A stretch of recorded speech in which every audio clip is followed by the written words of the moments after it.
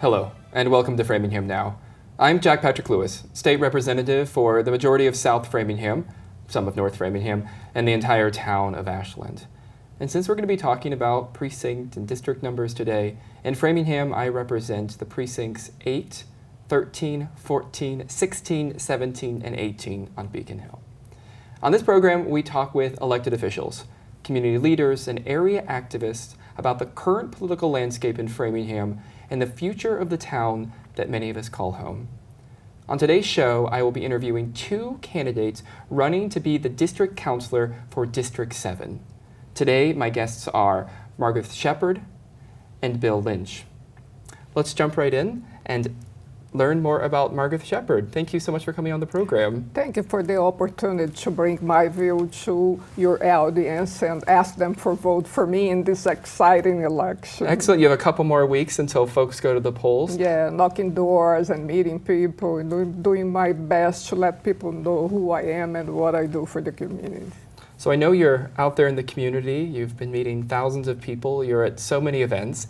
But for folks who haven't had a chance to meet you yet, who are you and why are you running to be one of our first city councilors? But a story behind that. I didn't just decide to run for city councilor. I've been represent the community for over 5 years. I started advocating for the Brazilian community, helping them to achieve the best service possible from the Brazilian consulate. And at the time, I realized that was a lot that they need to learn about how to interact with the government where they actually live, and how we need to facilitate this contact to achieve the best relationship possible, locally and state-wise. And on that path, I realized that we need to empower that community, and the community need a voice. And I start to contact also other communities, not immigrants community, and I ended up landing on Framingham Democratic Town Committee and become a treasurer. And it has been a wonderful experience. And in that path, I also became a town meeting member. So you get involved with all the issues, not only with the immigrant community's issue, but every resident, every work issues that you see that is a need to be tended to. That's how I decided that I could help more as a city councilor. And so fast forward a couple weeks, let's say you're elected to be a city councilor to represent District 7, which includes precincts 13 and 14. So you're elected to be their representative to the city council, to be their city councilor. What are your top 2 or 3 priorities as we go into this new year? My district has a heart. That is Framingham downtown. And his beat is a wave that goes through the entire city. So one of our priorities is to keep the work on revitalizing downtown and bringing more business and aid small business that they can grow and they can bring more profit to our city and improve the lives of residents on surround our downtown and other areas of the city. We also have as a priority the traffic situation. The Charter Commission approved the Traffic Commission, so one is one. Yes. And one of my goals is to work to have that commission established as soon as possible. We're gonna have another at least 1,000 residents coming in town with the 2 new constructions, the apartment complex, about 500 units. So it's gonna bring more people, which means more traffic. So we have to learn how to direct that and to work that with public transportation as well. So those are the principal issues on District 7 right now. And you described District 7 as, I think you said, the heart of Framingham. Are there unique needs? You mentioned traffic, but when it comes to when you've been knocking on doors around the community and talking to folks, do you think that there are unique issues that you're going to be advocating for as the representative, as the city councilor from precincts 13 and 14, as opposed to if you were representing precincts 1 and 2? What is it about 13 and 14 that makes you the most qualified candidate to represent them? Well, I think the mission of a city councilor is to be the bridge between government and residents.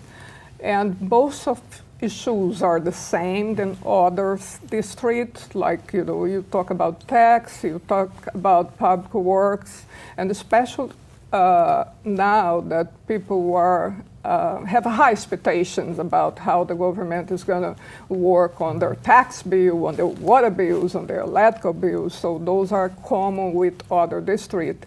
And what we really have that is different and is a priority is traffic. That's something that everyone talks about and something that we need to work on. Excellent. And so we've mentioned that if you're elected, you'll be the city councilor for District 7. And I can tell you I've been having conversations with folks about what does it mean to be a precinct versus a district, and there's a lot of numbers and confusion and questions about where folks vote. So I thought I'd take a moment while we're talking here just to remind folks that if you were in precinct 13 and 14, you're still in that precinct. If you're a city or precinct 13 person, you still live in precinct 13, you still have a precinct, and you still vote at the McCarthy School. And if you live in precinct 14, you still vote at the Memorial Building. Yes. And now, in addition to having a precinct, you also have a district, and you're in District 7. And we won't even get into what you are in the state level and the national congressional level. But I think it's so important for people to remember that where they voted last year, where they voted earlier this year, is still where they're going to vote in November. Yes. And these are both precincts that I represent at the State House, and they're precincts that I enjoyed last year walking and talking to folks during the campaign, and a little envious of both you and Bill out there continuing these conversations. And I can say I'm very excited to be able to partner with all the city councilors, but specifically the ones that represent the part of town that I represent at the State House. And so if it were to be you come November, I look forward to deepening our relationship that much more. That I see like a partnership, again, is another bridge to bring all the work possible, all the help from the state, especially for with money that we need for school system, building out the new middle school. We're gonna need your help advocating for us to get this money here, and that's the kind of conversation I'm having with the voters about why I'm the best candidate, which contacts I have. My work is not only on Framingham, but I have been working around the state and other states in other countries as well as organized for the Brazilians for Political Education, bringing more information to raise civic participation and start doing that, as I said, with the other community as well, because I think that's the only way that people can really have their voice heard is to be able to understand the whole political situation and see how that affected their life. Like you were advocating for one bill on the State House. You are in Boston, totally away from our common grounds here, but the bill that you approved there is going to affect our small lives here. So that's the need of connection that we need to do that will make easier for each resident understand why it's important for them to vote. Right now, I met a lot of people who had never voted in their entire life. And I asked one particular guy, I said, I'm not a register, I never vote. I said, may I ask why you never vote? He said, well, I don't think I ever needed or I feel the need to vote. It never affected my life. So I think as a town, people trust so much town meeting that they didn't have the concern about, checking out and see what people were decide for them. They just entrust town meeting.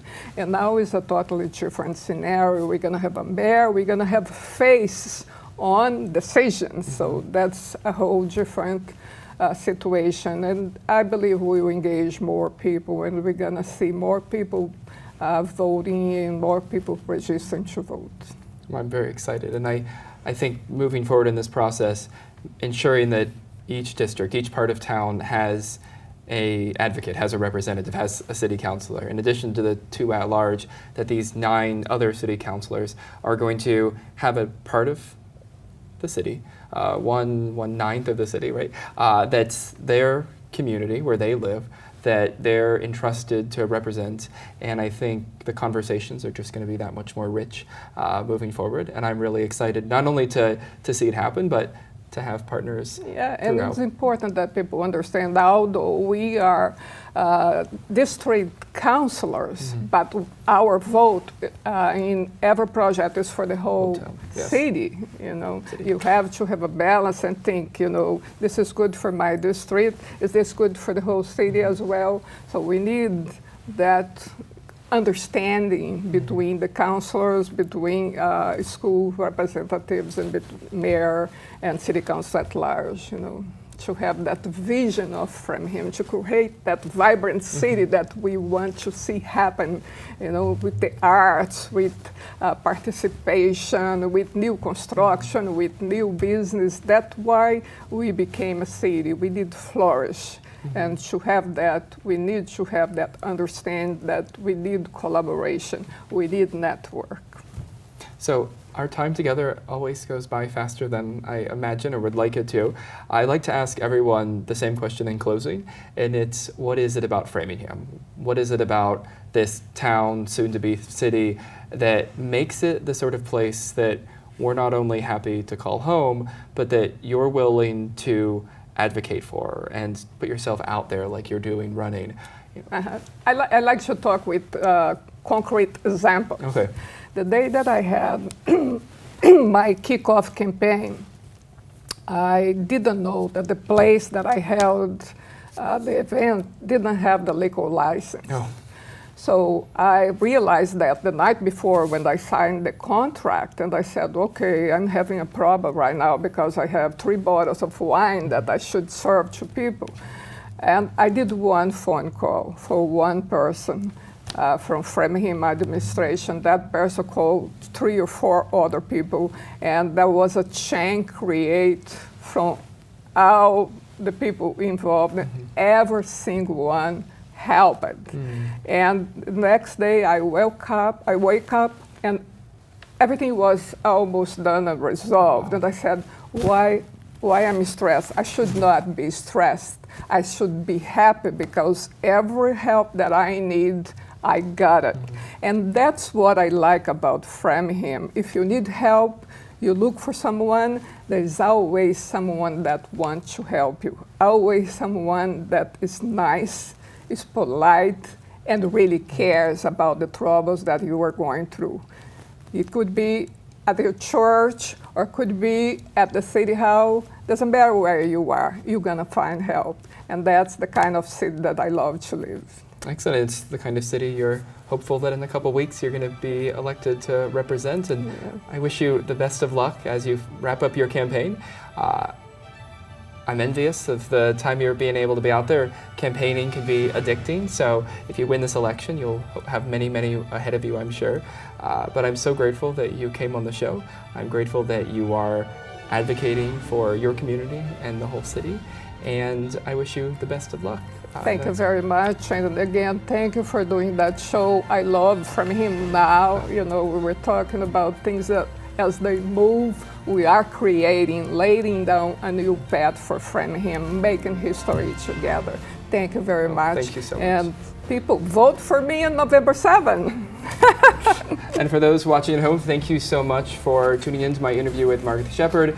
I hope you will stay tuned for my conversation with Bill Lynch. Thank you so much.